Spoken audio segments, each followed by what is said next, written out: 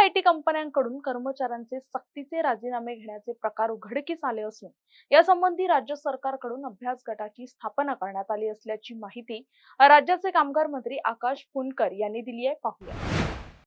काल आपले पुण्याचे आमदार शंकर जगताप साहेब यांनी आमच्याकडे एक बैठकीची मागणी केली होती, ज्यामध्ये पुणे भागातील जे IT क्षेत्रात काम करणारे सर्व कर्मचारी आहेत यांच्या विविध समस्यांवर त्यांनी चर्चा घडवून आणली.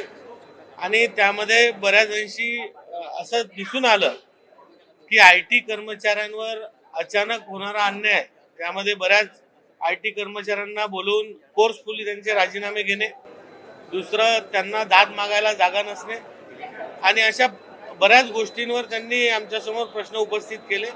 त्या संदर्भात एक बैठक झाली आणि त्यांनी जी मागणी केली आहे की IT कर्मचाऱ्यांसाठी स्पेशल काहीतरी एक पॉलिसी असली पाहिजे दाद मागण्यासाठी.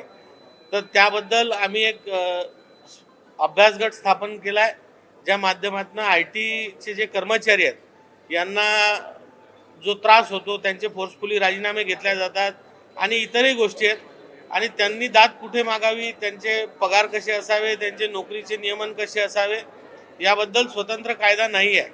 तर याबद्दल काही पॉलिसी असली पाहिजे का, यासाठी आम्ही स्वतंत्र बचत गट आता करतोय.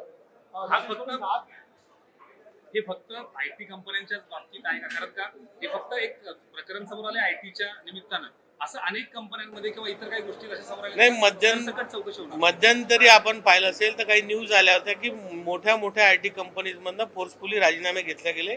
त्यामुळे हा प्रश्न, ही बैठक फक्त IT कंपनीज बद्दल होती आणि त्याबद्दल हा अभ्यास गट काम करणार.